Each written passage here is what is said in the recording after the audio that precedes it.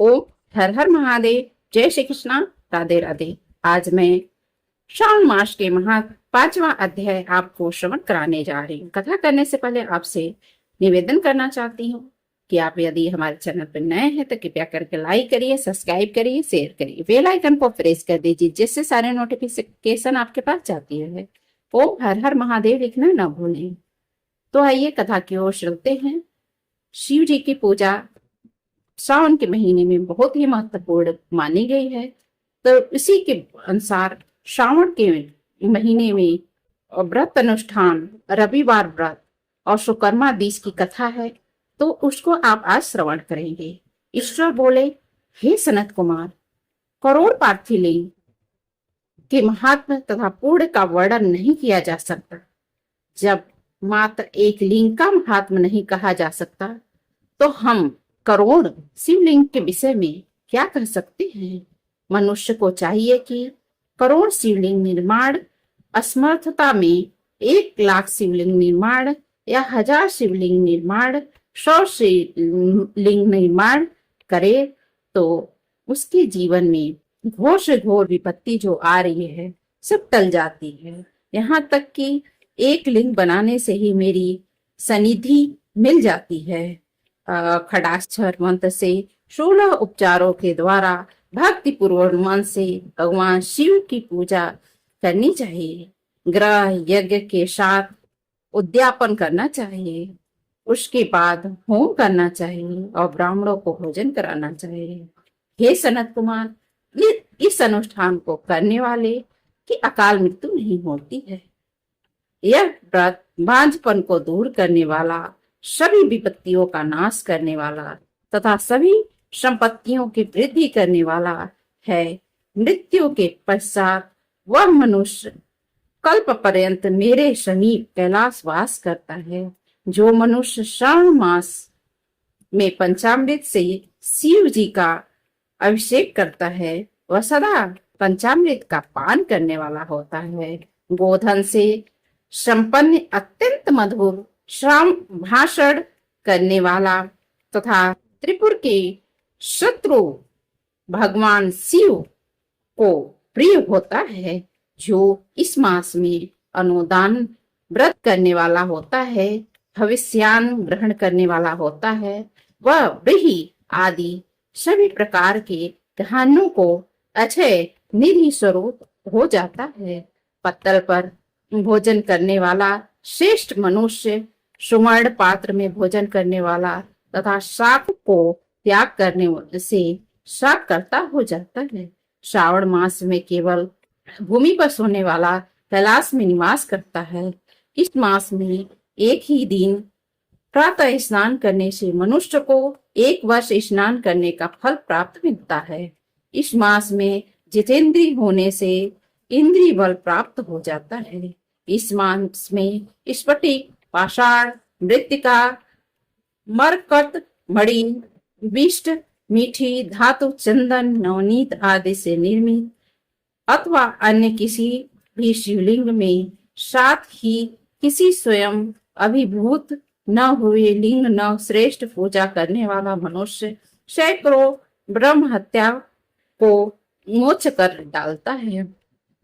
किसी तीर्थ क्षेत्र में सूर्य ग्रहण या चंद्र ग्रहण के अवसर पर 1 लाख जप से जो सिद्धि होती है वह इस मास में एक बार के जप से ही हो जाती है। अन्य समय में जो 1000 नमस्कार और प्रदक्षिणा की होती है उनका जो फल प्राप्त होता है वह इस मास में एक बार करने से ही प्राप्त हो जाता है। मुझको इस श्रावण मास में वेद पारायण करने पर सभी वेद मंत्रों की पूर्ण रूप से सिद्धि हो जाती है। श्रद्धा युक्त होकर इस मास में 1000 बार पुरुष सूक्त का पाठ करना चाहिए अथवा कलयुग में उसका 4 गुना पाठ करना चाहिए अथवा वर्ण संख्या का 100 गुना पाठ करना चाहिए अथवा वह करने में असमर्थ हो जाते हैं। आलस्यहीन होकर मात्र 100 पाठ करने चाहिए। ऐसा करने से मनुष्य ब्रह्म हत्या आदि पापों से मुक्ति पा जाता है, इसमें कोई संदेह नहीं है। गुरु पत्नी के साथ संसर्गजन्य पाप के लिए यही महान प्रयासी संदेह नहीं है। गुरु पत्नी के साथ संसर्गजन्य पाप के लिए यही महान प्रयासित है। इसकी महान पूर्ण प्रद पवित्र तथा पापनाशक कुछ भी नहीं है। पुरुष सूक्त के जप के बिना इस मास में एक भी दिन व्यतीत करना नहीं चाहिए। जो मनुष्य इस फल को अर्थवाद करता है वह नरकगामी हो जाता है। इस महीने में समिधा, चारु, तिल, घृत से ग्रह यज्ञ, होम अथवा होम करना चाहिए। शिव के रूपों का भली भांति ध्यान करना चाहिए। धूप, गंध, पुष्प, नैवेद्य आदि से सिंचन करना चाहिए और अपने सामर्थ्य के अनुसार कोटि होम, लक्ष्य होम तथा 10 सहस्त्र होम करना चाहिए। आहुतियों में ओम हुम, ओम भुवः, ओम स्वः के साथ तिलों के द्वारा ही यह ग्रह यज्ञ नामक होम किया जा सकता है। हे सनत कुमार, इसके बाद अब मैं वारों के व्रतों का वर्णन करता हूँ, आप सुनिए। हे अनंत, उसमें सर्वप्रथम मैं आपकी को रविवार का व्रत बताऊंगा। इस संबंध में मैं लोग एक प्राचीन इतिहास को कहते हैं। प्रतिष्ठानपुर में सुकर्मा नामक एक द्विज था। वह दरिद्र, कृपण और भिक्षा वृत्ति से में लगा रहता था। एक बार वह धन मांगने के लिए घूमते घूमते नगर में गया। उसने किसी एक गृहस्थ के घर में मिलकर रविवार का उत्तम व्रत करती हुई स्त्रियों को देखा। तब उसे देख करके स्त्रियां परस्पर कहने लगी, इस पूजा विधि को शीघ्रता पूर्वक छिपा लो। इस पर वह विप्र उन स्त्रियों से बोला, हे श्रेष्ठ स्त्रियां, आप लोग इस व्रत को क्यों छिपा रही हो? समान चित्त वाले सज्जनों के लिए परमार्थ ही स्वार्थ है। मैं दरिद्र तथा दुखी हूँ। इस श्रेष्ठ व्रत को सुनकर मैं भी इसे करना चाहता हूँ। अतः आप लोग इस व्रत का विधान व फल अवश्य बताइए।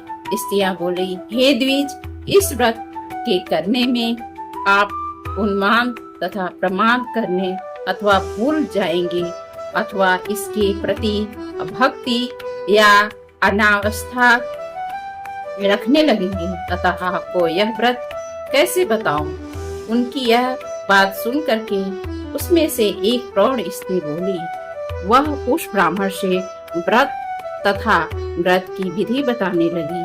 हे ब्राह्मण, श्रावण मास के शुक्ल पक्ष के प्रथम रविवार को मौन होकर के उठकर शीतल जल से स्नान करें। उसके बाद अपना नित्य कर्म संपन्न करके पान के एक शुभ दल पर रक्त चंदन से सूर्य के समान पूर्ण गोलाकार 12 परिधियों वाला सुंदर मंडप बनवाए। उस मंडप में रक्त चंदन से संज्ञा सहित सूर्य का पूजन करें।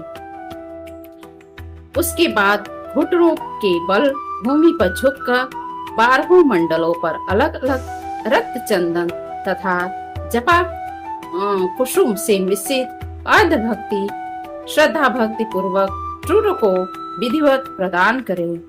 लाल अक्षत, जपा कुसुम तथा अन्य उपचारों से पूजन करें। उसके बाद मिश्री से युक्त नारियल के बीज का नैवेद्य अर्पित करके आदित्य मंत्रों से सूर्य की स्तुति करें और श्रेष्ठ 12 मंत्रों से 12 नमस्कार तथा प्रदक्षिणा करें। इसके बाद 6 तंतुओं से बनाए हुए सूत्र में 6 ग्रंथियां बनाकर देवेश सूर्य को अर्पण करके उसे अपने गले में बांधे और पुनः 12 फलों से युक्त वायन ब्राह्मण को प्रदान करें। इस व्रत की विधि को किसी के सामने नहीं सुनाना चाहिए। ये विप्र, इस विधि से व्रत के लिए जाने पर धनहीन व्यक्ति धनकर्ता हो जाता है, पुत्रहीन व्यक्ति पुत्र कर्ता हो जाता है, कोढ़ी से मुक्त हो जाता है, बंधन में पड़ा हुआ बंधन से छूट जाता है, रोग व्यक्ति रोग से मुक्त हो जाता है। हे विपेंद्र, अधिक कहने से क्या प्रयोजन। साधक जिस अभिष्ट की कामना करता है वह इस व्रत के प्रभाव से उसे मिल जाता है। इस प्रकार श्रावण के 4 रविवार और कभी कभी 5 रविवार में इस व्रत को करना चाहिए। इसके बाद व्रत की संपूर्णता के लिए उद्यापन करना चाहिए। हे विपेंद्र, आप भी इसी प्रकार करें, इससे आपकी सभी मनोकामनाएं भी सिद्ध हो जाएंगी। इसके बाद इन पतिव्रताओं को नमस्कार करके वह ब्राह्मण अपने घर आ गया। उसने जैसा सुना था उसी विधि से उस संपूर्ण व्रत को किया और अपनी दोनों पुत्रियों को भी वह विधि सुनाई। इस व्रत के सुनाने मात्र से शिव जी के दर्शन से तथा उसका पूजन के प्रभाव से वह कन्याएं देवांगनाओं के सदस्य हो गई। उसी समय से उस ब्राह्मण के घर में लक्ष्मी ने प्रवेश किया और वह अनेक उपायों द्वारा निमित्तों से धनवान हो गया।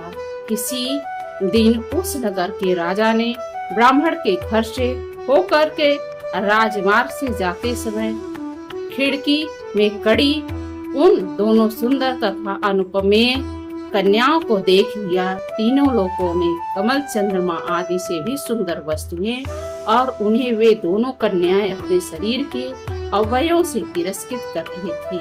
उन्हें देखकर राजा मोहित हो गए और क्षण भर के लिए वहां खड़े हो गए।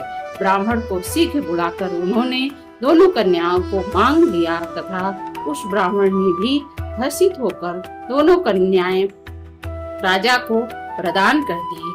उस राजा को पति रूप में प्राप्त करके वे कन्याएं भी प्रसन्न हो गई। वे स्वयं इस व्रत को करने लगी और पुत्र पौत्र आदि से संपन्न हो गई। हे मुनि, महान ऐश्वर्य देने वाले इस व्रत को मैंने आपसे कह दिया। हे निधि नंदन, जिस व्रत की श्रवण मात्र से मनुष्य सभी मनोरथों को प्राप्त कर लेता है, उसके अनुष्ठान करने मात्र से जो फल प्राप्त कर लेता है तो वही फल आप भी प्राप्त कर सकते हैं। इस प्रकार स्कंद पुराण के अंतर्गत ईश्वर सनत कुमार संवाद में श्रावण मास का महात्म, प्रतिकीर्णक, नाना व्रत, रविवार व्रतादि नामक 5वां अध्याय पूर्ण हुआ। यदि आपको 6ठा अध्याय भी हमारे YouTube के माध्यम से सुनना चाहते हैं तो कृपया करके लाइक करिए, सब्सक्राइब करिए, शेयर करिए। आपको कथा सुनने के लिए बहुत बहुत धन्यवाद। हाथ जोड़ के नमस्कार। ओम हर हर महादेव। जय श्री कृष्ण। राधे राधे।